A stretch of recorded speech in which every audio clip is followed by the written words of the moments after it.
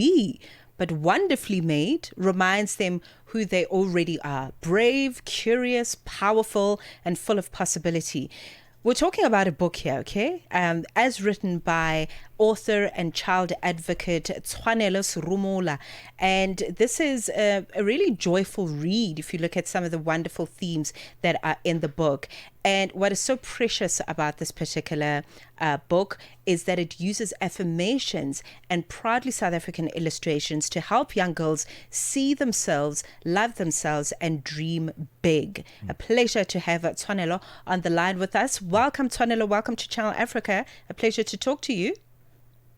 Hello, everyone. Hello, and good afternoon to your listeners. Thank you so much for having me. Thank you. So wonderful to connect with you, especially as we talk about Wonderfully Made. So, what was the moment that, or an experience perhaps, that sparked the idea for Wonderfully Made? So, this is such a good question. I have always been a little girl that loves reading. It's something that my parents instilled in me from an early age. So, when I grew up myself, because I have such a profound love for children and literature, I decided to write a children's book. And with that, that's how the concept of Wonderfully Made came about. I wanted to write something that little brown girls can also see themselves in. So, Mm. Black representation in literature is so important. So that's was like at the forefront. Yeah, so this whole idea came about during COVID when we were all locked in. I was like, let me use this time wisely to actually leave a message that I want to leave for little brown girls. Oh, beautiful. What is the book about? Is it following a story of a particular brown girl? Tell us about it. So in this particular children's book, it doesn't have a direct character. It Mm. just has beautiful illustrations that was done by Subi Bossa.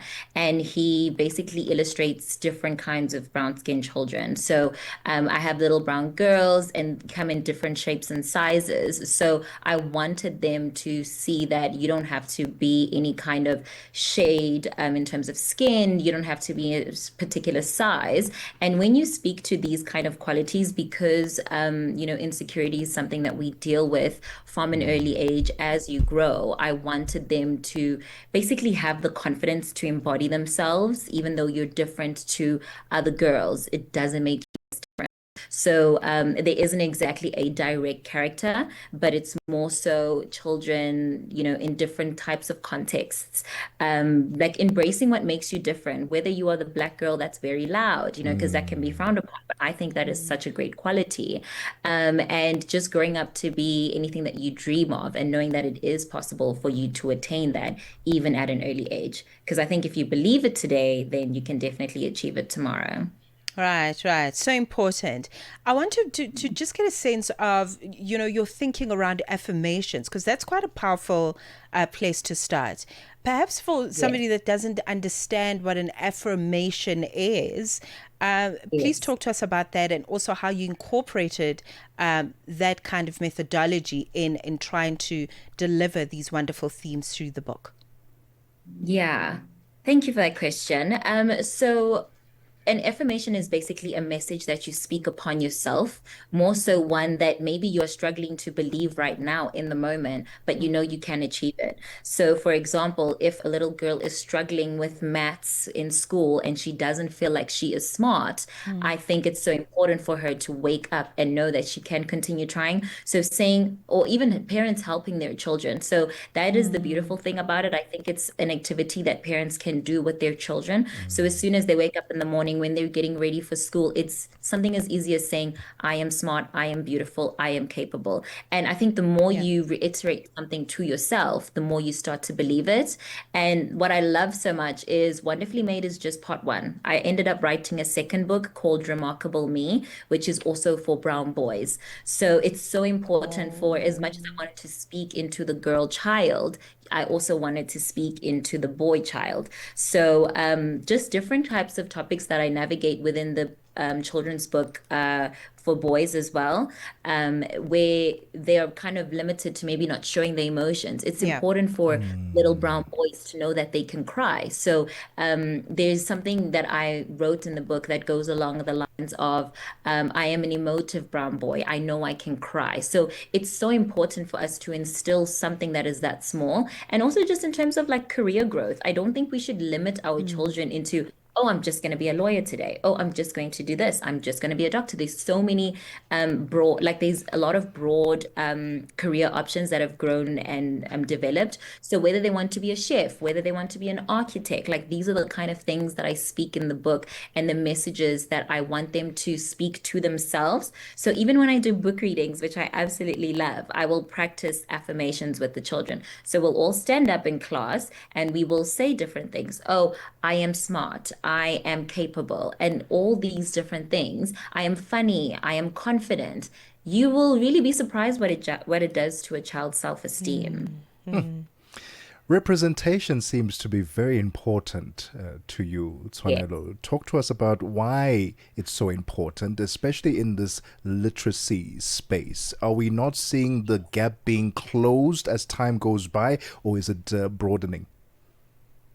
I definitely think it's broadening now that I see, because I'm not the only, South African author. There are brilliant South African authors that are writing to, children of brown skin. And my book as well can be found in multiple languages. So, for example, if Wow. parents to teach children to read not only in English, it's important for children to know that, oh, I am Setswana speaking, so I want to read a book that represents me. So, preserving our languages, I think, is something that's going to be so important as the years go on. So, for example, the book is. You can find it in Zulu, Sixhosa, Setswana, Afrikaans as well, because we do know that there are brown skinned children who are colored, and they also want to read in their native language, and English as well. So it's so important for us to preserve what makes us us.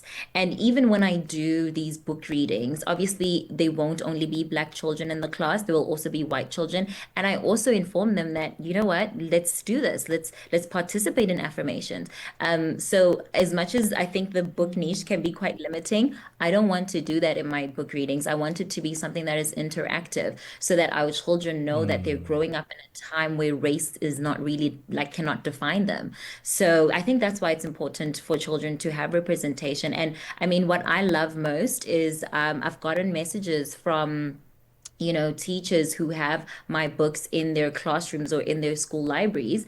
And it's this child who came up to them to say, oh, ma'am, do you know why I chose this book? I chose it because the girl on the cover looks exactly like me. And I Wow. find that to be, it's my whole entire life's work. If I can someday leave knowing that a little brown skinned child who's based in the rural, parts of South Africa knows that she can grow up to achieve something that other children with more opportunities have received, I feel like that would make me insanely happy. So representation is definitely important. So children know that even though you look different, even though you sound different, even though you come from a completely different background, it doesn't disqualify you from your dreams.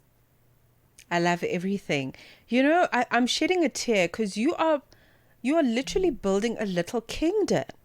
Boys and girls working together. I think that is such a beautiful way to look at, how we raise little earth angels. Because at the end of the day, they need one another. They are the future, and we cannot separate the boy child from the girl child. So big love to you for that.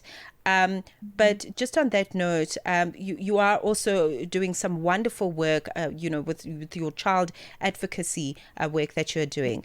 What are some of the other challenges that you are seeing, that brown children face on a Yeah. day-to-day basis, that are central to this work? Because this is Yeah, bigger than just a book. it is. Absolutely. So, what I have found is it's not that children don't want to read, it's sometimes that they just do not have the resources. So, what I really strive to do in my teaching is if you read today, you can lead tomorrow. And with the work that I've done with different foundations across the country, I will maybe participate in, let's say, an Africa Day, and you will see the eagerness these children have. And I'm talking children who are in the townships, and it's sometimes depicted that they don't know how to read, but you'd be so surprised how they can easily recite poetry and they do it with such ease. And I'm like, if the world knew, if you give South African children resources, they will surprise. Because my mouth dropped. I was like, this child can definitely recite poetry, probably far better I can at my adult age. So I really think that we need to give our children more resources. We need to open those doors for them. Because obviously, when you come from an environment where unfortunately you're not being like fed into, like they're not really hearing you, they're not really providing you, you're not pouring into a child, we will see the neglect as they age. But once you pour into a child and you give them the resources that they need, then you will see the fruits of your labor as well. So I think the challenge is making sure that our children do have their resources, and yeah, just equipping them to build a sustainable future for themselves. Tshwanelo, thank you so much for your time this afternoon, and we hope that it becomes a bestseller. It gets into every single school. This book, wonderfully made. You can get it on exclusivebooks.co.za, and the illustrations there done by Subi Bossa. It's 31 minutes after 2 p.m. Central African Time. Let's get the latest sports. Sports on Channel Africa.